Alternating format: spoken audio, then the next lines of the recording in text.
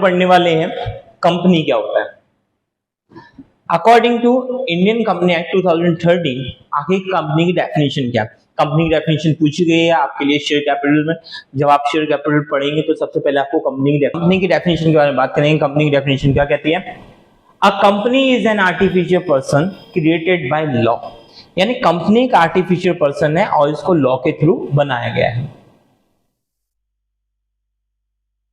For an intangible object having a separate entity from its member, तो company की जो entity है, company का जो अस्तित्व है, वो अस्तित्व अपने मेंबर से अलग है। यानी कंपनी अलग होती है और मेंबर्स अलग होते हैं। मेंबर्स वो हम लोग शेयर होल्डर्स बोलते हैं। It has a common seal, company क्योंकि आर्टिफिशियल पर्सन है वो खुद साइन नहीं कर सकते। कंपनी जो भी डॉक्यूमेंट पर साइन करती है या जो भी डॉक्यूमेंटेशन के बारे में बात करती है उसके बदले साइन नहीं कर पाती है, तो उसके बदले एक कॉमन सील लगाई जाती है। अभी डिटेल में मैं आपको कैरेक्टरिस्टिक में बताऊंगा। आगे में लिखा है it has a right to perceptual succession, और साथ में क्या है कि कंपनी का परसेप्चुअल सक्सेशन का राइट्स है। यानी कि कंपनी को पार्टनरशिप की तरह किसी एक पार्टनर के रिटायर्ड, डेथ, इंसॉल्वेंट, लुनेटिक या कुछ भी हो जाने के कारण पार्टनरशिप इफेक्ट होती थी और हमें नया पार्टनर बनाना पड़ता था। पर कंपनी में अगर ऐसा कुछ होता है, किसी प्रकार के शेयर होल्डर को भी प्रॉब्लम्स आती है, तो हम क्या करेंगे, वो किसी के आने जाने से कंपनी को कोई फर्क नहीं पड़ेगा। तो गाइस हम लोग बात करेंगे कुछ कैरेक्टरिस्टिक की कि कंपनी की क्या कैरेक्टरिस्टिक्स है। देखिए कंपनी का कैरेक्टरिस्टिक 2020 में पूछे गए थे, तो आप समझिए लीगल आर्टिफिशियल पर्सन है।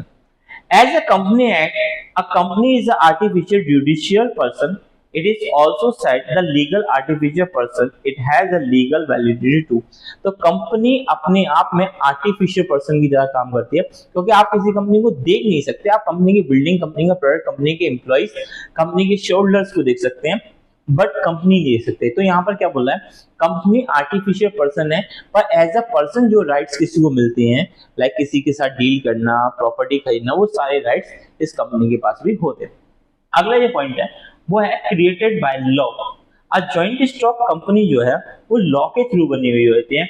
इट कम्स टू, जब से बनना यानी इसका स्टार्टिंग होना, इसका एंड होना, दोनों ही लॉ के थ्रू होगा। ऐसा नहीं होगा कि पार्टनरशिप की तरह आज आपका मन है तब तक आपने पार्टनरशिप किया और आपका मन खत्म हो गया तो आपने पार्टनरशिप बंद कर दिया। ऐसा इसमें नहीं हो सकता, इसको आप लॉ के थ्रू ही चलाना पड़ेगा। आगे बात करते हैं,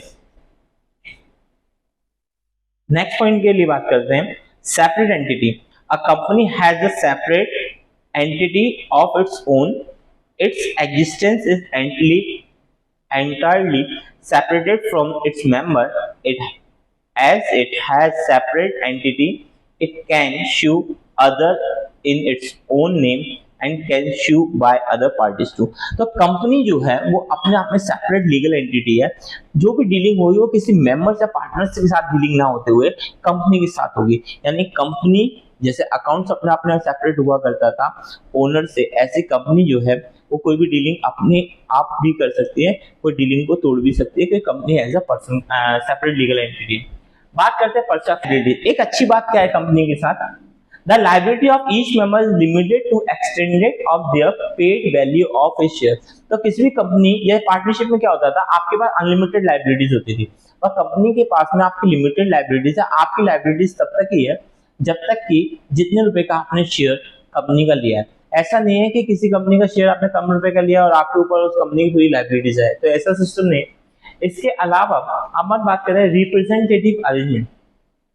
the company, the representative of a member look after the management of company. These representation are called director. तो कंपनी को चलाने के लिए जो पर्सन हमने रखा हुआ है उसको बोलते हैं डायरेक्टर। लास्ट जो है, यहाँ से कुछ ओटीसी के क्वेश्चन बनते हैं। Number of members in public limited company. कंपनियां दो टाइप की होती हैं। अगर मैं बात करूं कि अगर आपकी कंपनी पब्लिक है तो इसमें मिनिमम मेंबर्स चाहिए आपको 7 और मैक्सिमम की कोई लिमिट नहीं है। जो पर्सन जितने शेयर्स खरीदता जाएगा उतने ही मेंबर्स बनते चले जाएंगे। पर अगर प्राइवेट कंपनी की बात करूं, याद रखिएगा प्राइवेट कंपनी में मिनिमम 2 मेंबर्स होने चाहिए और मैक्सिमम जो है वो 200 ही हो सकते हैं। और जो सारी बातें लिखी हुई हैं इंडियन कंपनी एक्ट 2013 में। तो गाइस यहाँ पे हमने कंपनी समझा, अब हम समझेंगे शेयर कैपिटल्स। गाइस आप लोगों का स्वागत है माधव कॉमर्स एकेडमी में। मैं नितिन सर, अकाउंटेंसी की क्लासेस आप लोगों के साथ में थोड़ा अकाउंटेंसी की नॉलेज को शेयर कर रहा हूँ। आप लोगों ने हमारे चैनल को सब्सक्राइब किया, आप हमारे साथ लगातार कनेक्टिविटीज में बने हुए हैं। इसके अलावा एक और इम्पॉर्टेंट इन्फॉर्मेशन मैं आपको देना चाहता हूँ कि हम बहुत जल्द ही क्लास 11th के भी वीडियो की सीरीज लेके आने वाले हैं। तो अब से आपको वीडियोस की सीरीज कंटिन्यू में मिलेगी और जो जो चीजें हैं वो हम लोग करेंगे। आज हम लोग इंपॉर्टेंट टॉपिक के लिए मिलने वाले हैं। इंपॉर्टेंट टॉपिक है आपका share capital. Share capital important topic होता है आपके एमपी बोर्ड के एग्जाम में। ये अकेला टॉपिक 16 नंबर का और इसका कजन ब्रदर यानी कि डिवेंचर्स जो रहेगा वो आपके लिए रहेगा कितने नंबर का, 8 नंबर का। यानी कि अगर हमने शेयर कैपिटल डिवेंचर अच्छे से पढ़ लिया तो हम 24 मार्क्स अचीव कर सकेंगे। 24 मार्क्स का मतलब है कि हम अराउंड लगभग 30% सिलेबस को कंप्लीट कर देंगे। तो गाइज यहाँ से हम लोग स्टार्ट हैं शेयर कैपिटल। जिसने शेयर कैपिटल नहीं समझा उसके लिए ये एग्जाम पास करना थोड़ा सा टफ हो जाएगा। अब हम बात करते हैं, जब हम शेयर कैपिटल की बात करते हैं तो हम कुछ छोटी छोटी चीजों के बारे में बात करेंगे। सबसे पहले बात करते हैं कि शेयर कैपिटल होता क्या है। सबसे पहले बात करेंगे कि शेयर कैपिटल होता क्या है। तो शेयर कैपिटल की अगर मैं बात करूं तो शेयर कैपिटल समझाता है the total capital of a company is divided into the small unit. आपकी जो कंपनी है, आप किसी भी बिजनेस में पैसा लगाते हैं, उस पैसे को बोलते हैं कैपिटल।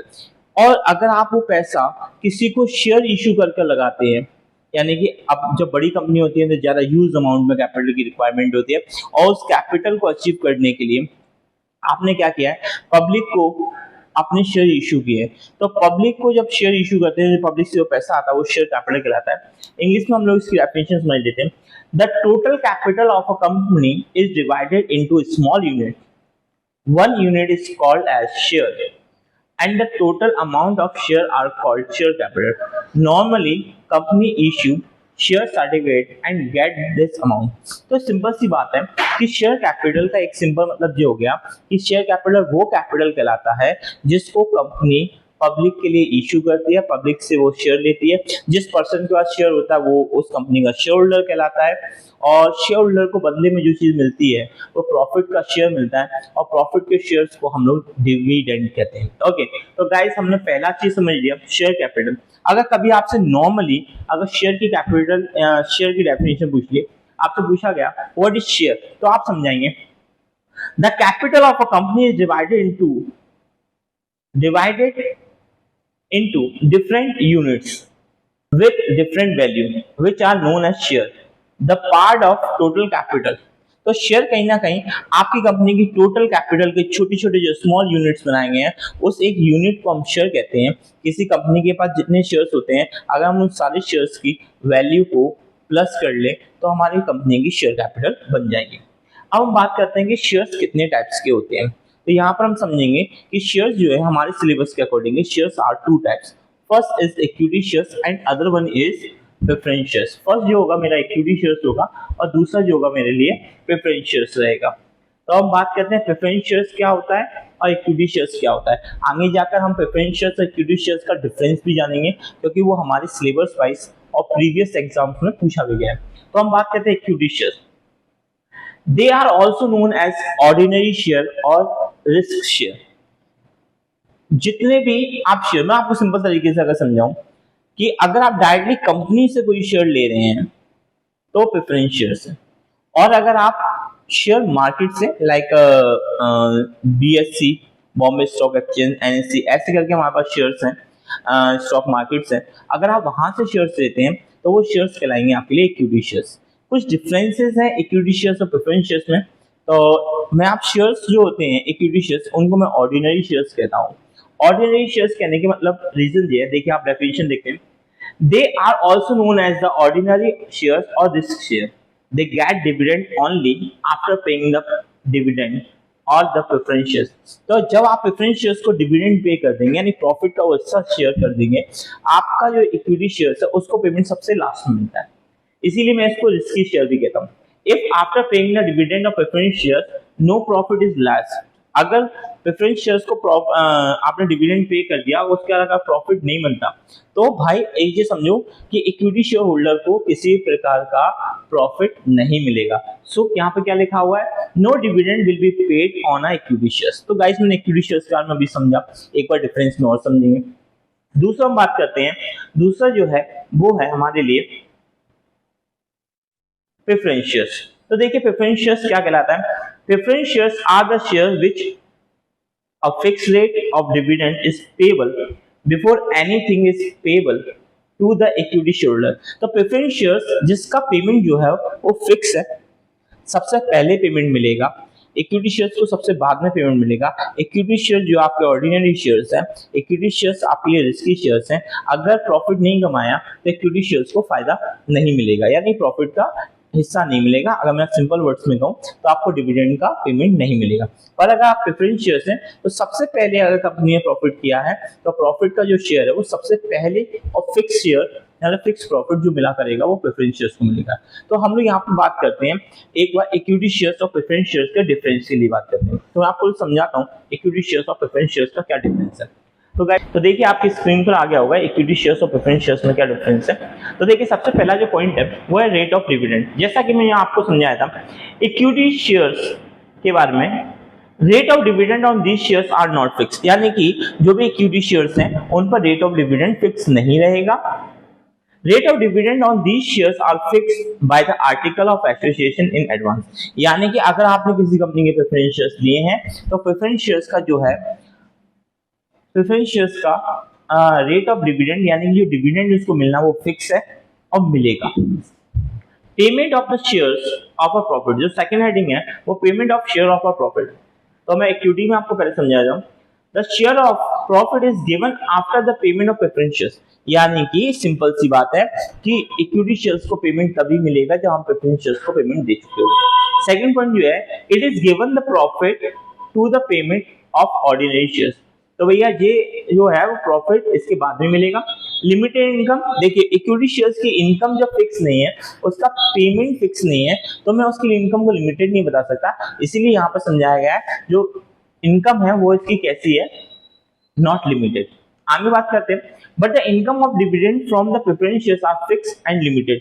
प्रेफरेंस शेयर्स की जो इनकम है वो फिक्स भी है और लिमिटेड भी है, ठीक है, ये आपके लिए अच्छा पॉइंट हो गया। वैल्यू, तो आप समझिए जो भी आपके इक्विटी शेयर्स हैं उनकी वैल्यू जो है वो आपके लिए लेस वैल्यू है, क्योंकि देखो यार उसमें हमको कंपनी को अगर मैं बंद करता हूं या कंपनी के सबके पेमेंट देने के बाद मैं इक्विटी शेयर्स को दे रहा हूं तो यार उसकी वैल्यू नॉर्मल सी बात है कि लेस वैल्यू है। बट अगर मैं बात करूं प्रेफरेंस शेयर्स की तो value of these shares are generally more, कम से कम इक्विटी शेयर्स के कंपेयर में तो इसकी वैल्यू ज्यादा है। अब बात करते हैं रेट ऑफ डिविडेंड। तो समझ लीजिए तो रेट ऑफ डिविडेंड जो है अगर इक्विटी शेयर्स को पेमेंट मिलेगा तो हाई मिलेगा, इसीलिए वो इंतजार में बैठा हुआ है। बट प्रेफरेंस शेयर जो है वो उसका रेट ऑफ डिविडेंड जो है वो लेस है। ये प्रीवियसली 2019 में भी पूछा गया था और प्रीवियस अभी ईयर्स में क्वेश्चन पूछा गया। इसके अलावा आपके जो एग्जाम्स होते हैं जैसे रुक जाना नहीं या फिर सप्लीमेंट्री जो भी एग्जाम्स होते हैं उनमें ये क्वेश्चन बहुत फ्रिक्वेंटली पूछा गया, तो आपको इस क्वेश्चन को अच्छे से याद रखना है। अब तक हम पढ़ के आए कि शेयर कैपिटल क्या होता है, शेयर्स क्या होते हैं, शेयर्स के दो टाइप्स पढ़ के आए हैं। ओके, अब हम लोग इसके आगे चलेंगे और इसके आगे चलने के बाद हम लोग जानेंगे कि हमारे पास जो है वो शेयर कैपिटल को हमने कितने टाइप्स में डिवाइड किया है। तो हमारा जो नया क्वेश्चन होगा उसमें हम पढ़ेंगे कि हम शेयर कैपिटल को कितने टाइप्स में डिवाइड करें। सबसे पहले हमें शेयर कैपिटल समझना जरूरी है। शेयर कैपिटल क्या होता है, शेयर्स क्या होते हैं, शेयर्स के बाद कितने टाइप्स के शेयर्स होते हैं, उनमें डिफरेंसेस क्या है, उसके बाद हम जानते हैं कि आखिर शेयर कैपिटल यानी कि वो सारा का सारा कैपिटल जो मैंने शेयर से लिया हुआ है वो किस तरीके का होता है। तो वन बाय वन हम लोग पढ़ेंगे और इसके पूरे टाइप्स हमको पढ़ना जरूरी है, क्योंकि जो भी एग्जाम होता है उसमें या तो ये क्वेश्चन 4 नंबर में पूछा जाएगा या फिर 2-2 नंबर में 3 क्वेश्चन कंफर्मली मैंने हर बार देखे हुए हैं। पिछले 3 से 4 साल से कंटिन्यू में जो शेयर कैपिटल होगी 16 नंबर का चैप्टर है, तो उसमें जो है वो जो छोटे छोटे क्वेश्चंस हर बार पूछे गए हैं। तो देख लेते हैं कि आखिर का उसमें क्या चीज हमें पढ़नी है। करते हैं टाइप्स ऑफ शेयर कैपिटल की, और टाइप ऑफ शेयर कैपिटल सबसे पहला कैपिटल होता है वो होता है ऑथराइज्ड कैपिटल। एमपी 2020 में ये 4 नंबर में पूछा गया, बाकी हर साल इसी में से ही 2-2 नंबर के 3 क्वेश्चंस तो पूछे जाते हैं। तो जो मेरे हिसाब से इस शेयर कैपिटल नाम के टॉपिक में सबसे इंपॉर्टेंट जो है वो आपके लिए ये वाला क्वेश्चन रहेगा। तो देखिए सबसे पहले ये बोल रहा है ऑथोराइज कैपिटल के बारे में बात करते हैं। ऑथोराइज कैपिटल, कुछ बातें समझना। ऑथोराइज कैपिटल में आपको क्या क्या चीजें समझिए। This it is the capital which the company can raise from the public by issue the shares। तो ऑथोराइज कैपिटल वो कैपिटल है, या मैं शेयर कैपिटल की बात भी करूं तो शेयर कैपिटल वो कैपिटल है जो मैंने क्या किया है कि पब्लिक से शेयर्स को इश्यू करके जो कैपिटल में गेन कर रहा हूं वो है। It is the maximum. याद रखना, ये पूछा जाता है कि authorise capital, issued capital, subscribe capital, paid up capital, call up capital, इनमें से कौन सा कैपिटल है जिस पर maximum amount of share capital होता है। तो याद रखिएगा, जो शेयर कैपिटल के पॉइंट ऑफ व्यू से देखेंगे तो मैक्सिमम अमाउंट जो है वो ऑथोराइज कैपिटल है। It is state that the memorandum of association, यानी यहाँ पर आप कंपनी को रजिस्टर्ड करा रहे हैं according to as per the company act 2013 के थ्रू। जब आप कंपनी को रजिस्टर्ड करा रहे हैं तो कंपनी में बताया जाता है कि ये कंपनी कितने अमाउंट से रजिस्टर्ड हुई है, यानी इसके कितने शेयर्स होंगे। तो आपको याद रखना है ये मैक्सिमम अमाउंट है, मेमोरेंडम ऑफ एसोसिएशन में बताया जाता है। और it is separately shown in balance sheet. जब आप कंपनी की बैलेंस शीट बनाओगे, यानी कि अभी आप जब इससे पहले वाले जो चैप्टर्स पढ़ के आए उसमें आप टी शेप वाली बैलेंस शीट बनाते हैं, बट जब आप कंपनी की बैलेंस शीट बनाएंगे तो वो बड़ी सी वर्टिकल फॉर्म्स में होती है। तो वहां पर मैं share holder funds, share capital अलग से दिखाऊंगा। तो भैया ये वो कैपिटल है जिसको मेरे को बैलेंस शीट में अलग से शो भी करना है। और इसके कुछ नेम्स और हैं। देखिए इसके नेम्स जो है उनको मैं रजिस्टर्ड कैपिटल भी बोल सकता हूँ या फिर नॉमिनल कैपिटल भी बोल सकता हूँ। तो जो मैं यहाँ पे बात कर रहा हूँ कि जो आपकी पूरी की पूरी कंपनी है, जो मेमोरेंडम ऑफ एसोसिएशन है एमओए में आपने जो कंपनी को रजिस्टर्ड किया गया है, वो पूरा का पूरा ऑथोराइज कैपिटल के अंदर आता है। ऑथोराइज कैपिटल के ही बाद जो आप सेकंड पॉइंट पढ़ेंगे वो होता है इशूड कैपिटल। इशूड कैपिटल के बारे में समझिए। It is the part of authorise capital. Issued capital भी कहीं ना कहीं ऑथोराइज कैपिटल का ही हिस्सा है, ठीक है। यानी कि हिस्सा है इसका मतलब समझो कि जो इसका पार्ट है जो कभी भी इससे ज्यादा नहीं हो सकता, यानी कि ऑथोराइज कैपिटल से कभी भी इशूड कैपिटल ज्यादा नहीं हो सकता।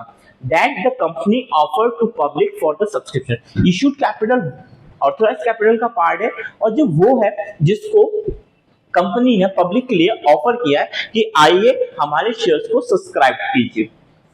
जैसे कि मैं आपको कहता हूं कि मेरे चैनल को सब्सक्राइब कीजिए। अब देखिए कह मैं बहुत सारे लोगों से रहा हूं, व्यूज बहुत सारे आ रहे हैं, बट जो लोग सब्सक्राइब करते हैं उन्हीं को मैं आगे जाके सब्सक्राइब कैपिटल बोलूंगा। तो देखिए subscribe capital it is the portion of capital issued, जो मैंने जनता से बोला हुआ था कि आप मेरे शेयर्स को क्या कर दें कि इशूड कर दें, बट हर किसी ने सब्सक्राइब नहीं किया होगा। जिन लोगों ने सब्सक्राइब किया है वो सब्सक्राइब कैपिटल में आएगा। इसके अलावा क्या कहता है, which has actually subscribed by the public, it may be equal or the less than by issue the capital what but never be more than the issued capital। तो याद रखिए सब्सक्राइब कैपिटल कभी भी इशूड कैपिटल से ज्यादा नहीं हो सकते, उसके इक्वल हो सकते हैं। मे भी हो सकता है कि सारे के सारे सब्सक्राइबर्स जैसे कि आप सभी लोग हैं उन्होंने हमारे चैनल को सब्सक्राइब किया, वो सारे सब्सक्राइब कैपिटल में आएंगे, ठीक है। तो जितना जनता के लिए इशू किया गया है अगर उतने ही लोगों ने सब्सक्राइब किया है तो इक्वल हो सकता है, उससे कम हो सकते हैं पर उससे ज्यादा नहीं हो सकते। जब मैंने वो शेयर जनता के लिए निकाले ही नहीं है तो हम आगे एक टॉपिक पढ़ेंगे ओवर सब्सक्रिप्शन और अंडर सब्सक्रिप्शन, उसका भी डिफरेंसेस पूछा जाता है। तो यहाँ पर देखते हैं सब्सक्राइब कैपिटल के बाद में आएगा call up capital. The capital the company doesn't require to full value of share they subscribe for at one instalment. The portion of subscribed capital which the shareholder are called to pay is known as call up capital।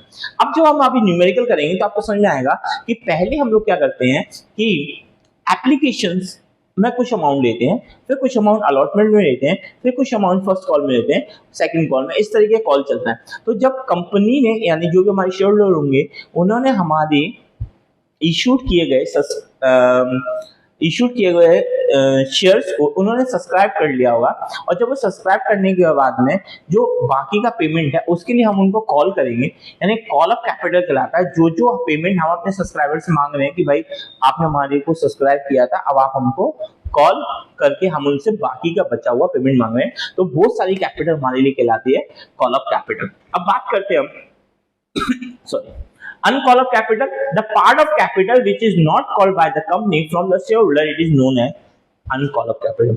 अगर हम company से अगर हम company से company अगर अपने share holder से shares का अमाउंट नहीं मांग रही है तो वो अनकॉल ऑफ कैपिटल का, कॉल अप में मांग रही है, अनकॉल अप में नहीं मांग रही है। ये छोटे छोटे क्वेश्चन में पूछे जाते हैं। Paid up capital, it is that the part of call up capital, तो पेड अप कैपिटल कहीं ना कहीं कॉल अप कैपिटल का ही पार्ट है, जिसमें क्या हो रहा है, which is actually paid by the share holder is called paid up capital. तो जब हम शेयर होल्डर से कॉल करके पेमेंट मांग रहे हैं और अगर उन्होंने पेमेंट दे दिया तो वो क्या कहलाएगा, पेड अप कैपिटल कहलाएगा। नेक्स्ट बात करता हूँ रिजर्व कैपिटल, बहुत अच्छा पॉइंट है रिजर्व कैपिटल, मैं अलग से भी एक डिफरेंस भी सिखाऊंगा आपको। Reserve capital and capital reserve, इन दोनों का डिफरेंस पूछा गया एग्जाम में, अभी जब मैं डिफरेंस भी सिखाऊंगा तो आप इस बात को याद रखिएगा। Sometime a company by means of a special resolution, कभी कभार कंपनी एक अच्छा सा एक स्पेशल रिजोल्यूशन निकालती है, वो डिसाइड करती है कि हम कुछ लोगों से पेमेंट नहीं मांग रहे हैं, तो अनकॉल ऑफ कैपिटल है और हम उसको ड्यूरिंग द ईयर हम उसको मांग ही नहीं रहे हैं, तो वो हम अलग से वो सारे के सारे अमाउंट को एडिशनली सिक्योरिटीज के लिए रख लेते हैं।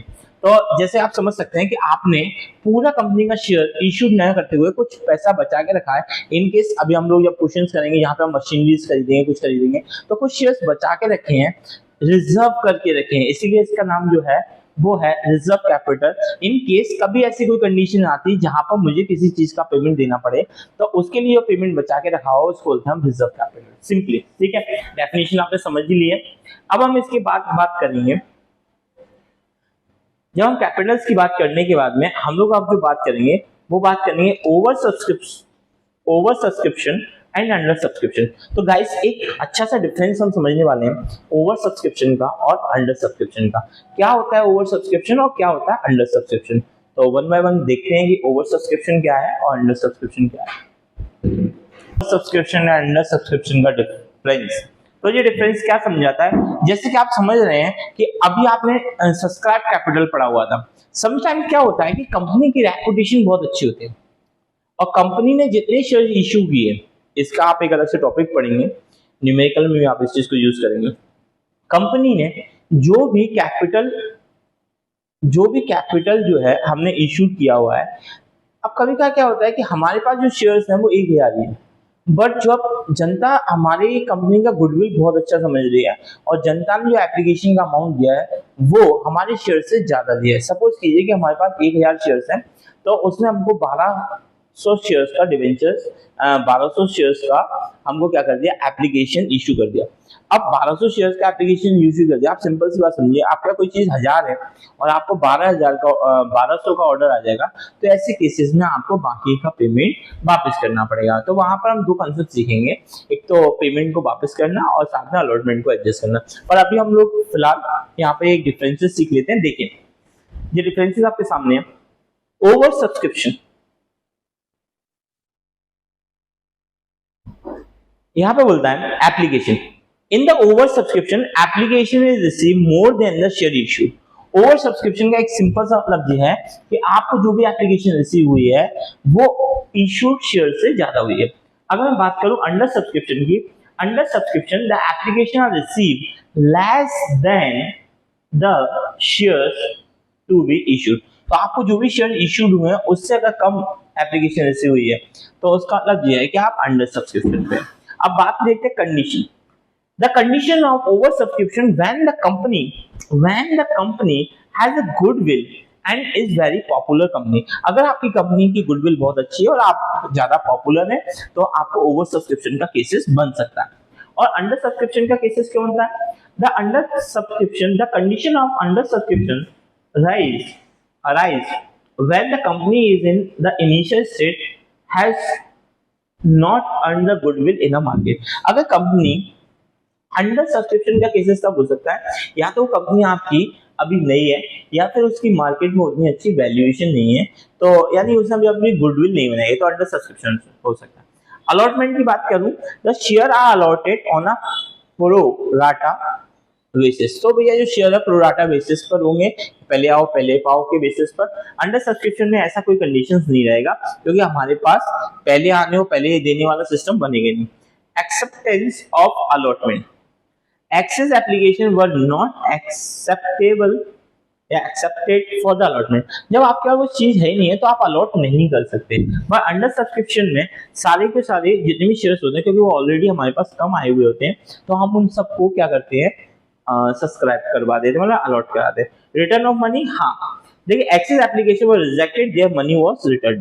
तो जब एक्सेस एप्लीकेशन आएगा तो उसके पैसे को हम रिटर्न कर देंगे, और अंडर में ऐसा कुछ केसेस बनेगा ही नहीं। तो गाइस हमने यहाँ पर इस वाले केसेस को समझा। इस वाले केसेस को मैं आपके लिए वहां पर जब पॉइंट बाई पॉइंट पढ़ाऊंगा तो वहां पर भी इस केसेस को डालूंगा।